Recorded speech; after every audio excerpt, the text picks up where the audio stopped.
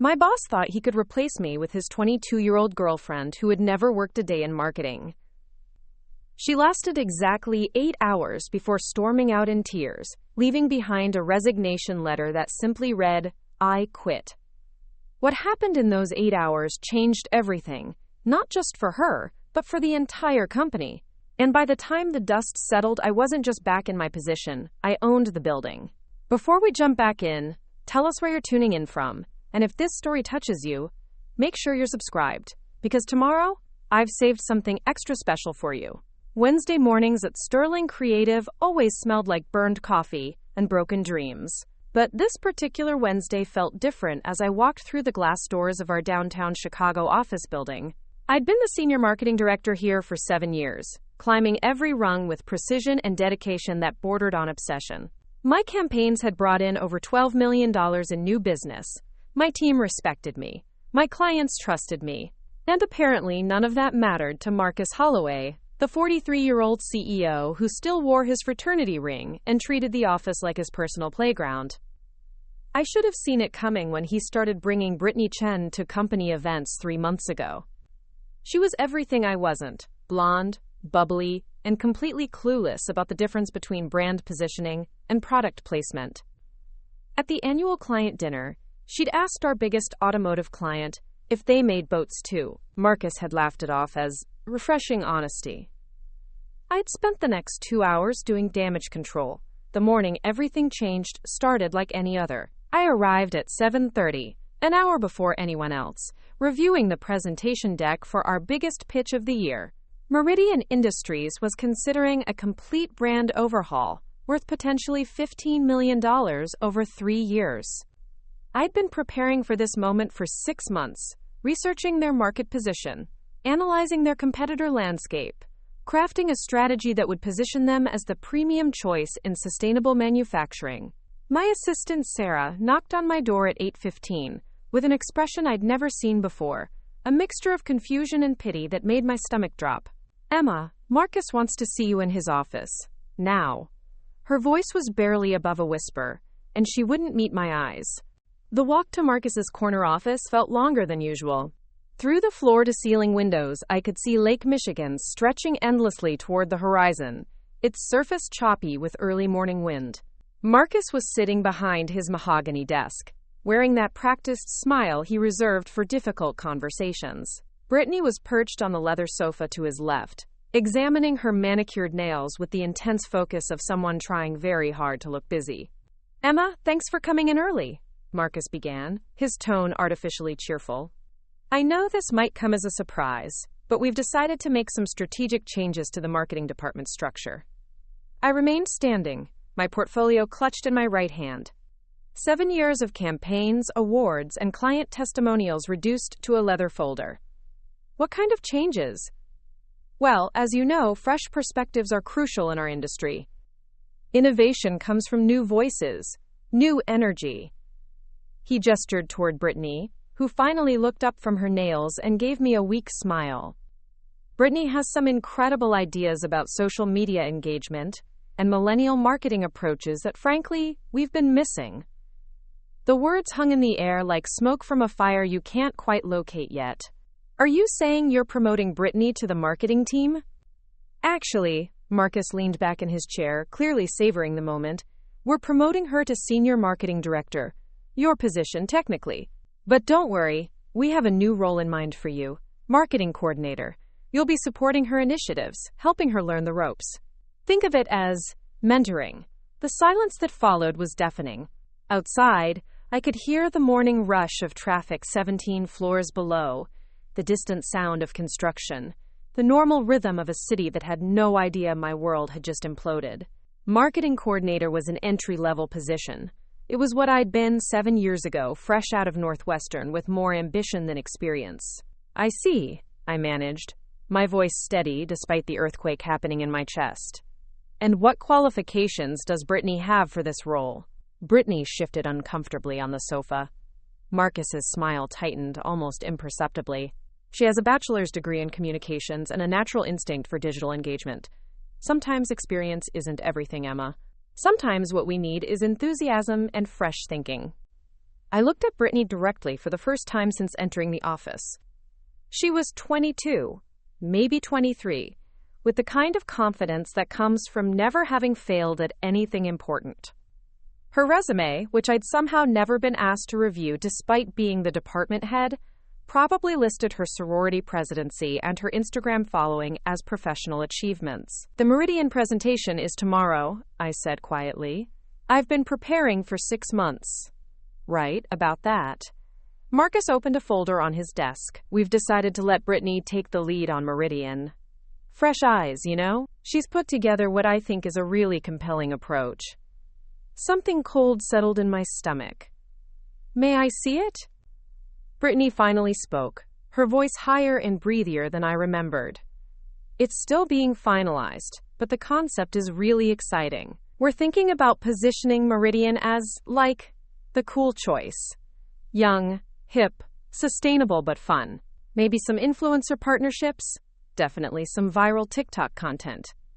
Preparing and narrating this story took us a lot of time, so if you are enjoying it, subscribe to our channel. It means a lot to us. Now back to the story. I stared at her, then at Marcus, then back at her. Meridian Industries manufactured industrial water filtration systems for municipal governments and large corporations.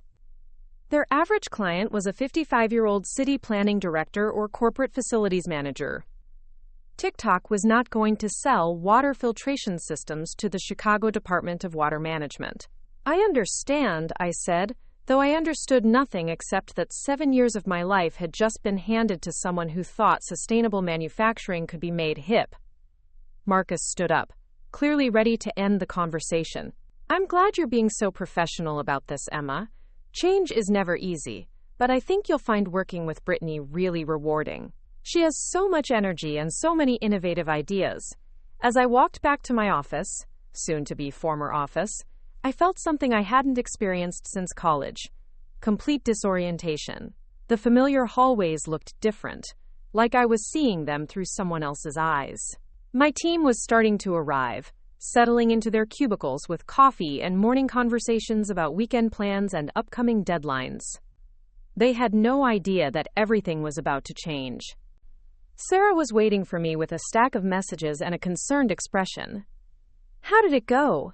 I sat down behind my desk and looked at the framed photo of me accepting the Chicago Marketing Excellence Award last year. Marcus had presented it to me personally, talking about my quote, invaluable contributions to Sterling Creative's success. That photo would need to be packed away soon. I've been demoted, I told Sarah simply. Brittany is the new senior marketing director. Sarah's mouth fell open. Brittany? Marcus's girlfriend, Brittany? But she doesn't know anything about... I know. I opened my laptop and began reviewing my calendar. Meetings with clients, strategy sessions with my team, presentations that would now be handed over to someone who thought industrial manufacturing could be made cool through dance videos. The rest of the morning passed in a surreal blur. Marcus sent out a company-wide email announcing the exciting reorganization and Brittany's promotion. The responses were telling. My team members started appearing at my door one by one, each wearing expressions of confusion and barely concealed outrage. David, my senior copywriter, was the first. Emma, this has to be some kind of mistake. Brittany doesn't even know what ROI stands for. I heard her ask if it was a type of font last week. Then Jennifer from graphic design. She told me yesterday that our brand guidelines were too corporate and suggested we switch everything to Comic Sans because it's, quote, more approachable. By lunch, my entire team had essentially staged an informal revolt in my office. They were looking to me for answers I didn't have, for leadership in a situation where I was no longer allowed to lead. What are we supposed to do? Asked Michael, our analytics specialist. The Meridian presentation is tomorrow, and she wants to scrap everything you've prepared. She's talking about creating a PowerPoint with memes. I looked around at their faces, people I'd hired, trained, and worked alongside for years. They were talented, dedicated professionals who'd helped build campaigns that had put Sterling Creative on the map. And now they were being asked to follow someone who thought memes were an appropriate tool for selling water filtration systems to municipal governments. We're going to do our jobs, I said finally. We're going to be professional, and we're going to support the new leadership structure." The words tasted like ash in my mouth, but they were the right words. The safe words. The words that would keep everyone employed while I figured out what came next. But that afternoon, as I watched Brittany move into my office, complete with a new nameplate that read, "Brittany Chen, Senior Marketing Director," in the same font as my old one, something shifted inside me. It was subtle at first, like the change in air pressure before a storm. I wasn't angry, exactly. Anger was too hot, too immediate. This was something colder and more patient. I spent the evening in my Lincoln Park apartment, sitting at my kitchen table with a glass of wine and 7 years' worth of performance reviews, client testimonials, and award certificates spread out before me. The numbers were undeniable. Under my leadership, the marketing department had consistently exceeded revenue targets. Client retention was at 93%. Campaign ROI averaged 420% across all major accounts. But numbers apparently meant less than whatever Marcus saw in Brittany's fresh perspective and natural instincts. My phone buzzed with a text from Sarah. Brittany just sent out a department-wide email asking everyone to quote, brainstorm some sick marketing ideas for tomorrow's presentation. She used 3 crying laughing emojis. I stared at the message for a long moment, then set my phone aside and opened my laptop. If Brittany wanted to present her vision to Meridian Industries, that was her prerogative. But I had 7 years of institutional knowledge, relationships with every major client, and a reputation in the Chicago marketing community that no reorganization could erase. I began typing, pulling up contacts I'd cultivated over the years, industry connections who knew my work and respected my expertise. If Sterling Creative no longer valued what I brought to the table, perhaps it was time to explore other options. The next morning arrived gray and rainy, matching my mood as I took the L downtown instead of driving. My reserved parking spot now belonged to Brittany, along with my office, my title, and apparently my career trajectory. But as I sat in the train car, watching Chicago wake up through rain-streaked windows, I felt something unexpected. A kind of calm clarity I hadn't experienced in years. For 7 years, I'd been so focused on climbing the ladder at Sterling Creative that I'd forgotten there were other ladders, other buildings, other possibilities. Marcus's decision had been devastating, yes, but it had also been liberating in a way I was only beginning to understand. By the time I reached the office, Brittany was already there, pacing around what used to be my space in an outfit that looked more appropriate for brunch than a $15 million presentation. Through the glass walls, I could see her gesturing frantically while talking on the phone, her voice carrying despite the closed door. The Meridian presentation was scheduled for 10 o'clock. At 9:30, Marcus appeared at my new desk, a cramped space in the bullpen area where junior associates usually sat. "Emma, I need you to sit in on the Meridian meeting, just in case Brittany needs any background information or client history." It wasn't a request. I nodded and gathered my notebook, the same leather portfolio I'd carried for 7 years, now feeling heavier than ever. The conference room was set up beautifully. I had to admit, someone, probably Sarah, had arranged fresh flowers and premium water bottles. The presentation screen was ready, and Brittany's laptop was connected and queued up. She sat at the head of the table where I usually sat, wearing a bright pink blazer that made her look even younger than her 22 years. At exactly 10 o'clock, the Meridian team arrived. Richard Meridian himself, the 60-year-old CEO who'd built his company from nothing, accompanied by his chief operating officer, Linda Zhang, and their head of procurement, a no-nonsense woman named Patricia Kovac, who'd been buying industrial equipment since before Brittany was born. I watched Brittany's confidence evaporate the moment they walked in. These weren't the trendy startup founders or social media managers she'd probably imagined. These were serious business people who dealt in million-dollar contracts and municipal infrastructure. They were polite but professional, shaking hands and settling into their chairs with the efficiency of people who attended a dozen similar meetings every month. "Good morning, everyone," Brittany began, her voice slightly too high. "I'm super excited to share some really amazing ideas with you today about how we can totally transform Meridian's brand presence."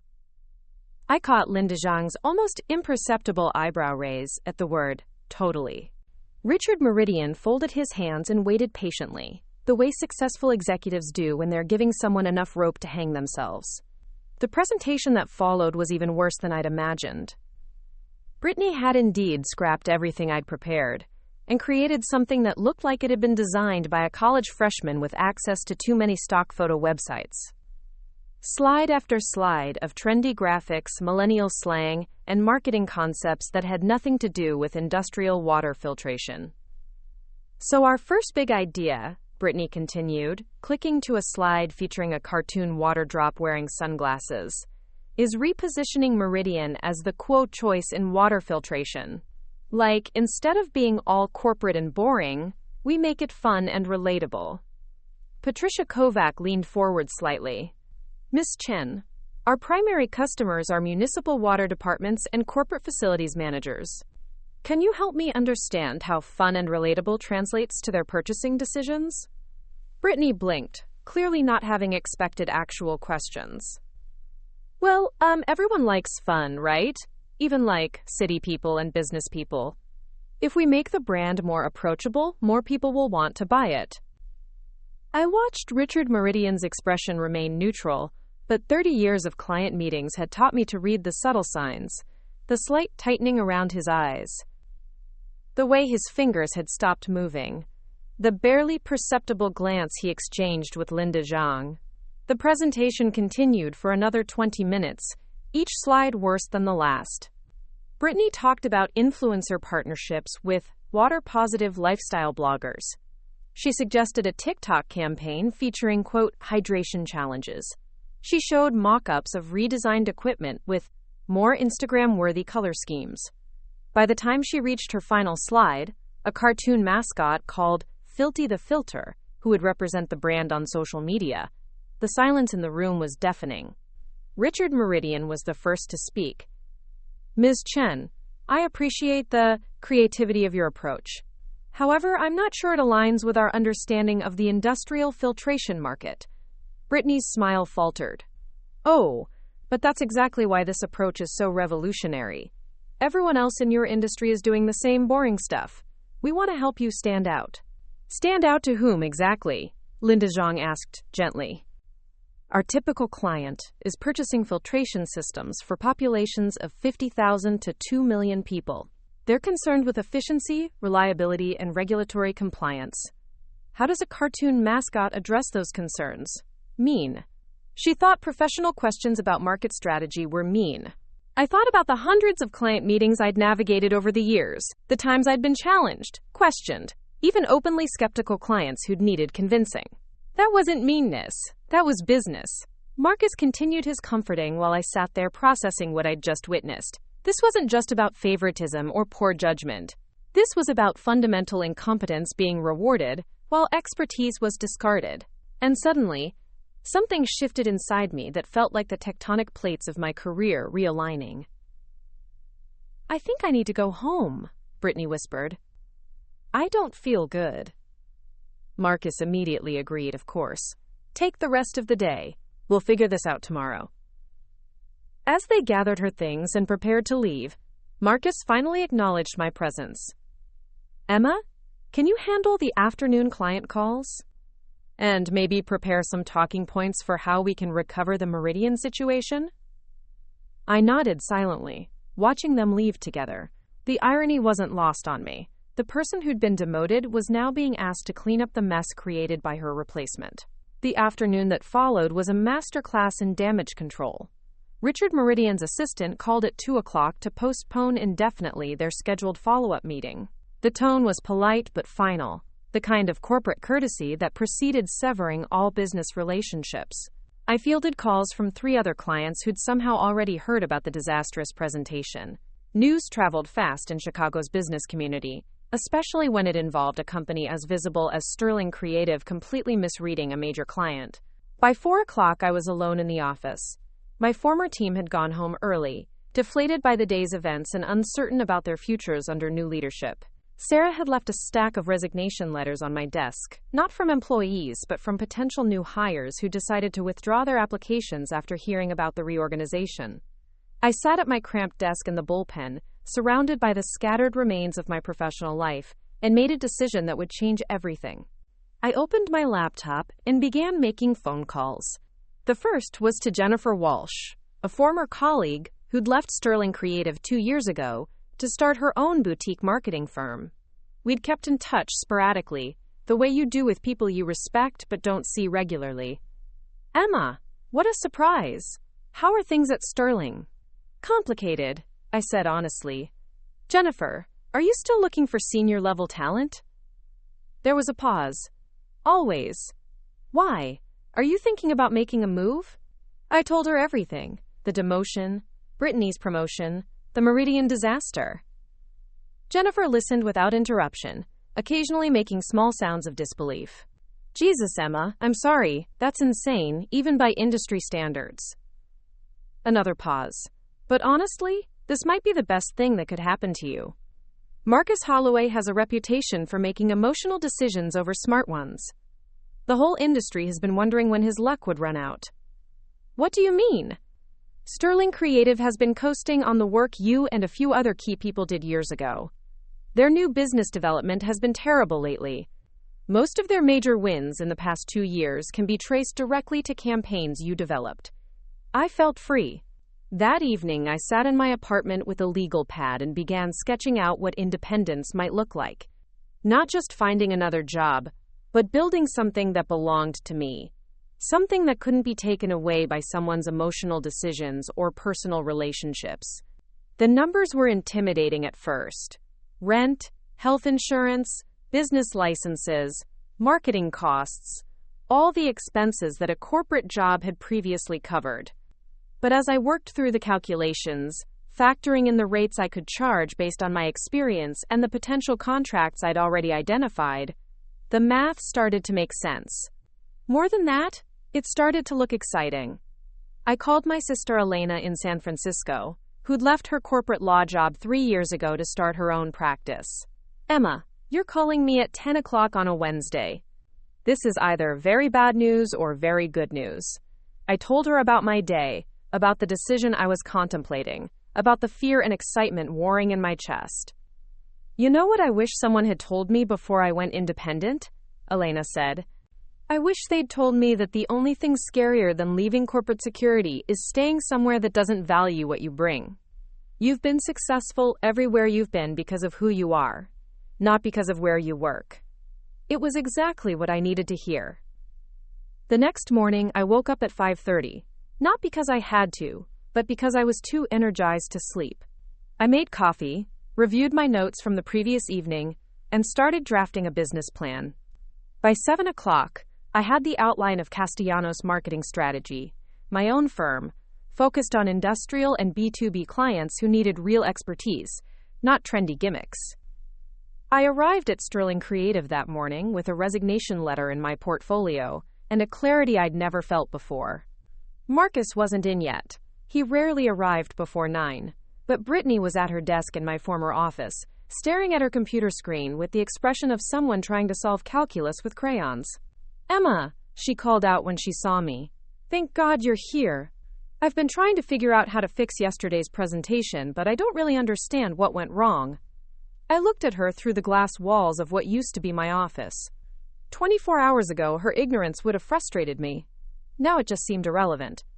"Brittany, the Meridian account is probably gone. Industrial clients don't typically give second chances for strategic misalignment of that magnitude." Her face fell. "But Marcus said we could fix it." "Marcus says a lot of things." I continued to my desk, began packing my personal items into a banker's box. 7 years of career memorabilia fit into one cardboard container. Awards, thank you notes from clients, a coffee mug from the first trade show I'd attended as Sterling Creative's marketing director. Marcus arrived at 9:15, took one look at the box on my desk, and immediately called me into his office. "Emma, what's this about? If you're upset about yesterday..." I placed my resignation letter on his desk. "It's about recognizing when it's time to move forward." He didn't read it immediately, just stared at the envelope like it might contain something dangerous. "Look, I know the transition has been bumpy, but Brittany just needs time to find her footing. You could be invaluable in helping her develop. Marcus, I'm not interested in training my replacement.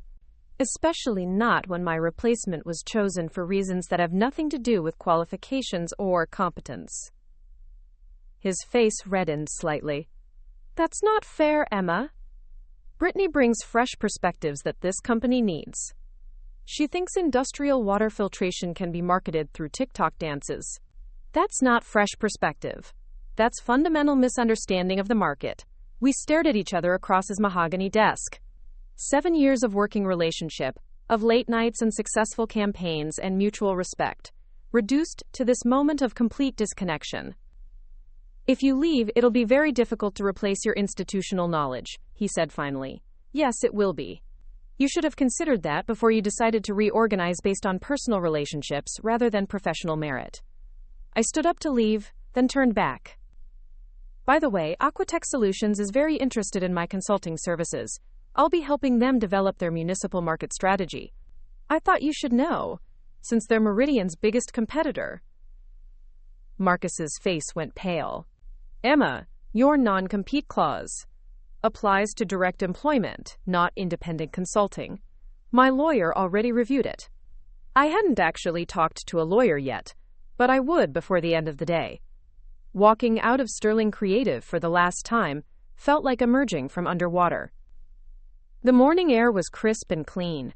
Lake Michigan sparkled in the distance, and Chicago stretched out before me, full of possibilities I'd never allowed myself to see. My phone buzzed with a text from Jennifer Walsh. Coffee meeting moved to lunch meeting. I want to discuss something bigger than partnership. Then another from David Chen. Talked to our CEO about you this morning. When can you come in to discuss a long-term consulting arrangement? And finally, one from Dr. Martinez. Just got off the phone with 3 potential clients. They all want to meet with you ASAP. The universe is telling you something. I stood on the sidewalk outside the building where I'd spent 7 years of my life, holding a box of memories and looking up at the windows of the 19th floor, where Brittany was probably still trying to figure out how to fix the Meridian situation. 8 hours. That's how long she'd lasted before the weight of actual responsibility had broken her down. 8 hours of facing real clients with real questions about real business challenges, and she'd crumbled. But those 8 hours had also done something else.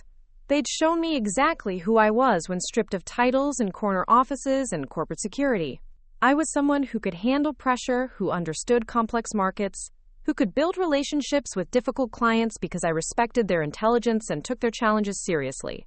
I was ready to build something that reflected those values, something that belonged to me. Up next, you've got 2 more standout stories right on your screen. If this one hit the mark, you won't want to pass these up. Just click and check them out. And don't forget to subscribe and turn on the notification bell so you don't miss any upload from us.